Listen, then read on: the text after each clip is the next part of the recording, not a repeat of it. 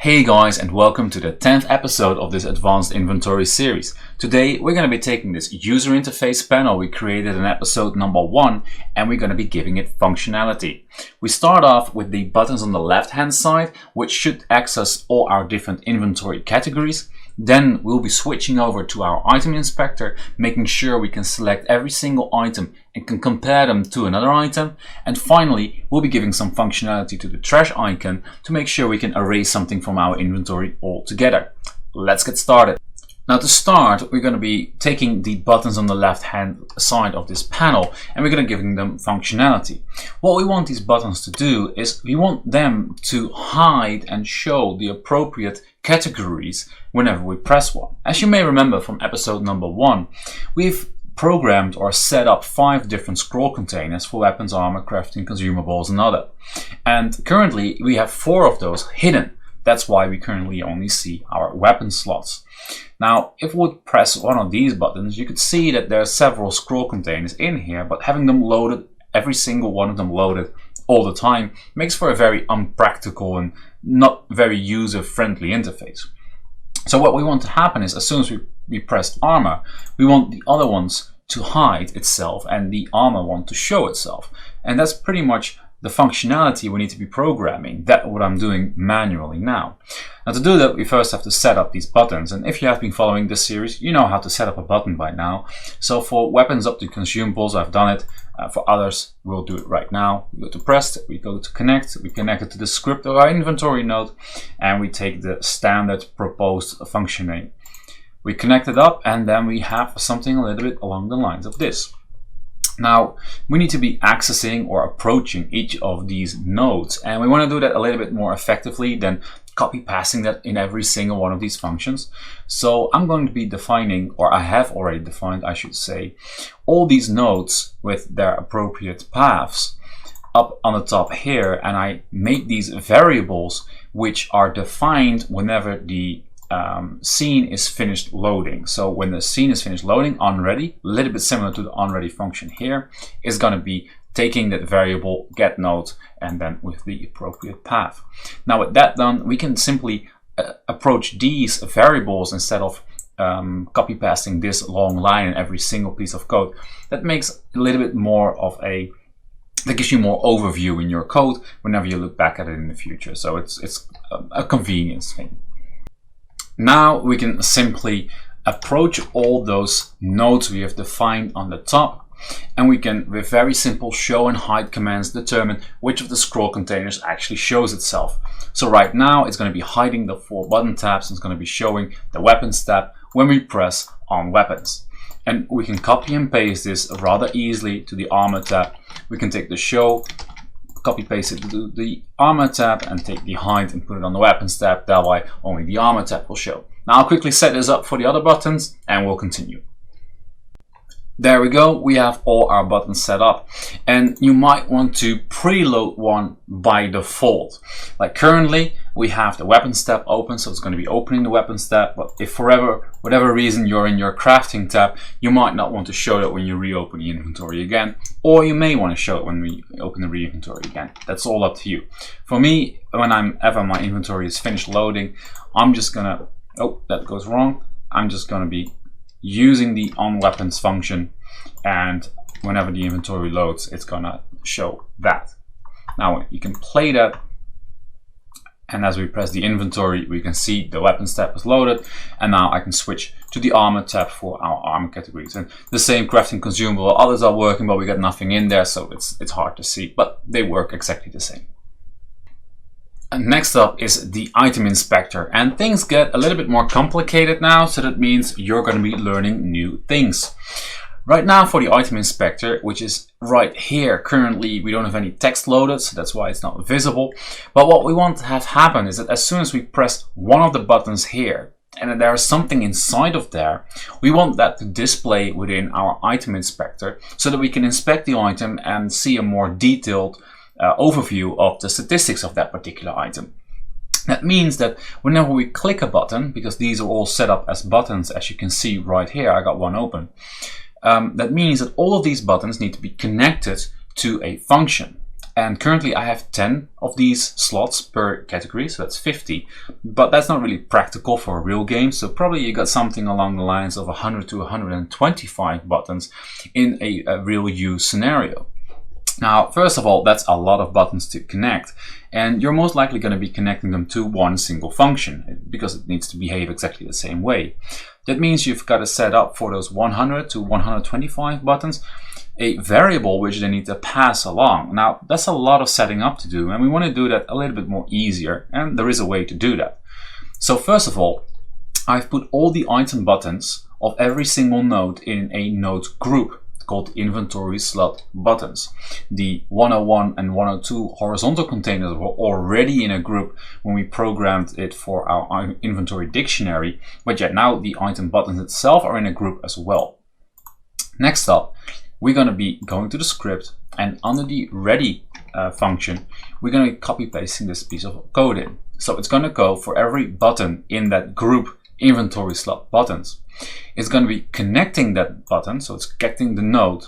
It's going to get that node and connect it at the pressed function, so you can access those standard functions within Godot that you see on the right hand side whenever you're on a node. You can connect these functions as well in the code itself. Here we're connecting it to itself, to this script. We're connecting it to the onItemPressed function, so we have to be creating that.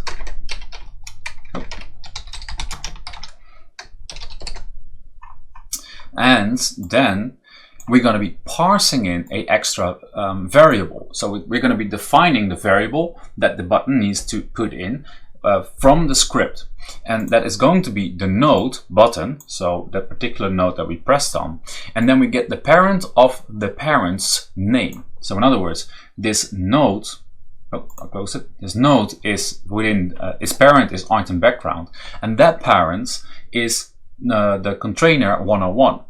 And we get that name. That way, we're going to get a variable 101 to 110 for weapons, 201 for 210 for armor, and so forth. So we know exactly which of the buttons is pressed based on that node name. And of course, it so happens that that node name is the same as the dictionary keys which contain all the information within our inventory data dictionary. That way, we know exactly what is pressed, and we have the access to all the information we need from our inventory data. So with that done, we need to be setting up our onItemButtonPress function here, and for that we're going to be using a state machine. Now that's something new, so let's get into that. So a state machine sounds complicated, but really it's not that difficult. It is basically a piece of code within your script that determines the behavior of an entity under certain conditions. Now that maybe doesn't make it that much easier, so let me explain it visually with our inventory panel. So right now the inventory would have been opened, and imagine the player wants to know the specific statistics of item number 1 in the weapon slot, for example. So if we press this button, we want the stats to appear in the item inspector on the top, because we have 2 item inspectors, so we can compare 2 items. Now we don't want the player to, whenever he clicks a second weapon, that he immediately goes to the lower slot, because he might just be scrolling through some of his items. We don't want him to constantly have to click twice to just inspect another item. So whenever the compare button has not been pressed and the player is not in compare mode, we want every time he clicks a button that the stats of Inspector 1 are refreshed, so it's constantly loaded into Inspector 1. Then when the compare button is pressed and compare mode is activated, we want every time the player presses a second button that those stats are loaded in the bottom part of the inspector, in our second item inspector. And while being in that mode, we want that whenever he presses a third button, both of them are erased and the stats of the third item he pressed are then loaded into the first one again, so he can make a new selection between 2 new items to compare. So as you may imagine, if you want to do this with if statements, it's possible, totally possible. But you're going to be having several if, else if statements, not only after each other, but also nested into each other. And that can make your code quite complex and it can also make that it will be harder to spot errors, and it could also be lowering the performance of that particular piece of code.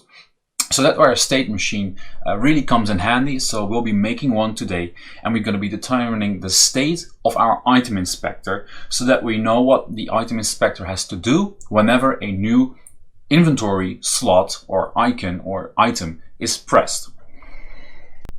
To get our state machine working, we're first going to go to the top of the script, and we're going to be defining a new variable. That variable will be inspector_state for our state machine.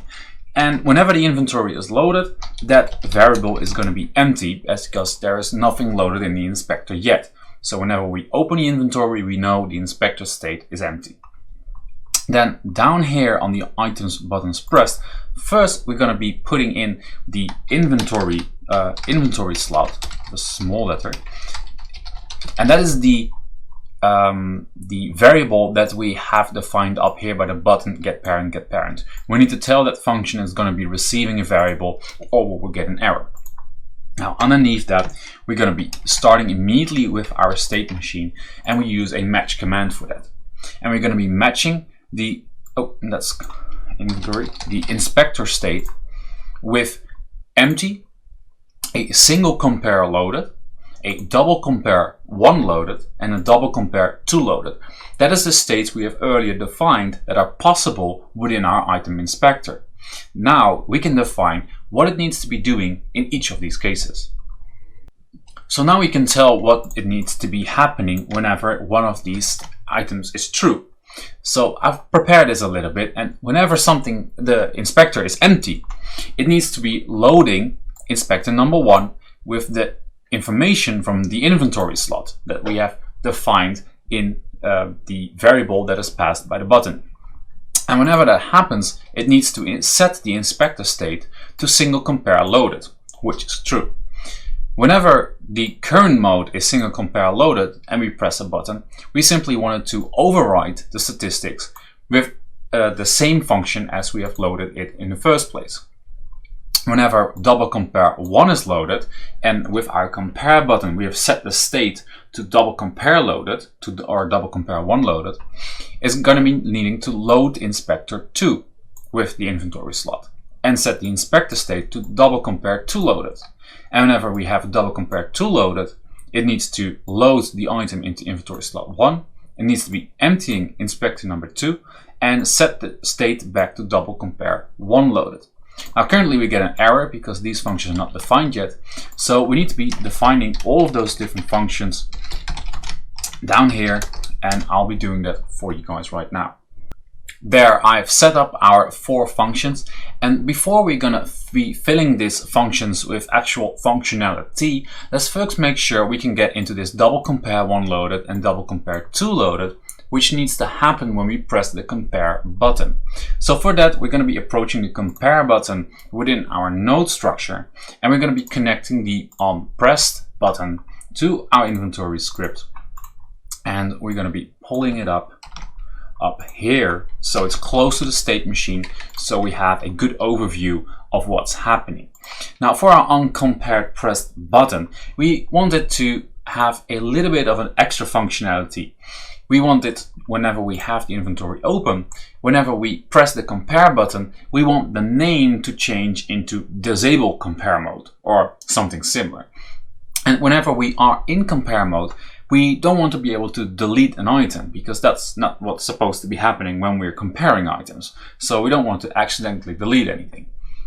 So in order to do that, we need to be referencing those nodes. And therefore, just like we did with the nodes on top here, we'll be putting the node references in here so our code stays easy to read. So we paste in the references to both the buttons, the whole horizontal element which has both the trash bin and the compare item, the trash bin itself, and the compare label. With those variables set, we can go down to the compare button, the compare pressed, and we can put in the code that we want here. Now the compare button is going to have a simple if statement that if the current inspector state is single compare pressed or single compare loaded, I should say, Then we want the trash bin to hide, and we want that compare label to set text as disable compare. And then we want the inspector state to be set, oh, there's a column there, to double compare 1 loaded. And else, if that's not true, that means that double compare 1 is loaded, we need to empty the inspector, we need to show the trash bin again, we need to set that text back, and we need to set the inspector state to single compare loaded. Now, currently we have it set that you can also have the category empty, so we don't really want the compare button to be able to be pressed when the inspector is still empty. So to make sure that this all happens as we desire, we're going to be hiding the buttons by default, and we're going to be taking this buttons variable, which is that container we've just hidden, and we're going to be, whenever empty is pressed, we're going to be saying here that the buttons should show itself. With that done, we should see some basic functionality within our inventory. So we can't press a button yet, or it doesn't show at least yet in the inspector, but the state machine is running. So as you can see from empty, it just went to single compare loaded. So we haven't programmed yet that the sword pops up here, but this is working. We can compress the compare button, which then hides the trash bin, and we can put it back. So we don't have anything loaded in here yet, but our state machine, or the first functionality of our state machine, is working. Now we can start working on filling in these inspector items. Just like with the other pieces of code, I'm first going to be defining a few of the nodes that are within our item inspectors up on the top here. The nodes I'm defining are the name, which is the label, the item name label, and the item icon that are in both inspector 1 and inspector 2. And again, I'm doing this because I want my state machine to have an overview. So whenever I look at it again in the future, I have a sense of what's happening. So with that done, we can go to the inspectors, the load inspector 1 and 2, and we can make the code. Now the functions of load inspector 1 and 2 are almost identical. The only difference is that we're referencing a different inspector name and inspector icon. Basically what's happening, first is going to check whether the key exists, because we would be able to press an empty inventory slot, and if we would not run a if command, it's going to give an error because it will not be able to find that key within the inventory dictionary. So first we check if our inventory data has the key that was pressed. Then we're going to set the name to the name of that item from our inventory dictionary. We load the icon that is representative of that item, and we set the icon as a texture within our texture rectangle that we have defined in our item inspector. We do exactly the same for load inspector number 2, and now we should be able to press a icon here. It loads. We should be able to compare and, for example, go to armor and put the steel boot over there. However, when we disable, this still shows, so we still need to be doing some of the work. That some work is, of course, defining empty inspector 1 and 2, which also are almost identical, and they are very easy references to those node variables that we created, and we're setting the text to nothing and the texture to null. Now we should be able to compare items at our leisure. We can press the steel sword, the steel boots override, we can go back to the sword. If we hit compare, we can hit the steel boots. If we then hit the sword again, the steel boots disappear, as in we're comparing something new. And whenever we disable compare, this slot empties, the trash icon appears again, and we are comparing one item, or not comparing anymore, we're looking up items. Now we need to make sure that that trash button is working and our inventory starts to be pretty functional. For the trash icon to be functional, the trash icon needs to know what it needs to be deleting. Currently, when we press the button, we want to be deleting what is currently in inspector number 1. But we don't know what's in number 1. We only use this information to load inspector number 1, but there's no memory function. So first we need to be defining a new variable on the top here. We're going to call it inspector 1 item. And at the beginning of the inventory when it loads, that is of course null, as the inventory is empty. So down here, whenever we load inspector number 1, we want to set that inspector item to be equal to the inventory slot. So the inventory slot we get here, that's coming from here, and that's from here, which again is from our button getParent, which collects the 101, 102, 103, etc. We're going to be saving that into the inventory 1 item variable, and that will then be used by our trash bin. Now for our trash bin, we of course first need to be connecting it up. So we select the node within our node overview and we connect it to our inventory on trash bin pressed. Sounds fine to me. That gives us a new function down here, and let's copy paste in the code. For our trash bin, we have a piece of code that's not too complicated. First, it's checking whether inspector 1 item is not nothing. And if that is not the case, then it's going to be going over the node's inventory slot. And it's going to be getting the node name of inspector 1 item. We need to do that because we don't only want to be deleting the item from the inventory data dictionary in our import data singleton. We also immediately want the icon and the name to disappear from our inventory, so we really know it is deleted. Just like similar to our loot panel slot, basically, when we loot an item from the chest, we immediately want the icon and the name to disappear. Just like that, we want it to immediately disappear from our inventory. So in order to know which of the icon and name of our inventory slots it needs to remove, we first have to be looking up the right node. So it's going to iterate over those nodes. It's going to find inventory slots, and in there, once it has found it with if node get name is equal to inspector 1 item, is going to be removing the item name, the item button, and the label that sets the quantity of the item in case of a stackable item. Then, when it has removed the item visually from the inventory, it's going to go into import data, inventory data, and it's going to erase that key so that it's not there anymore. Then, of course, we set the inspector 1 item back to 0. So whenever you double click the trash icon or you click it again, you cannot again get the item back. Then we're also going to be emptying inspector number 1 because we cannot inspect an item that we just deleted, and we're there. We have a functional inventory panel. We can check it out. We have a steel sword and the compare button is still working. We can get the armor. We can't press trash right now. When we disable this and we go to the weapons item, when we trash this, item is gone here, item is gone there. And if I close my inventory and load it again, I don't get the item anymore. It is really deleted and it's also gone from our inventory dictionary.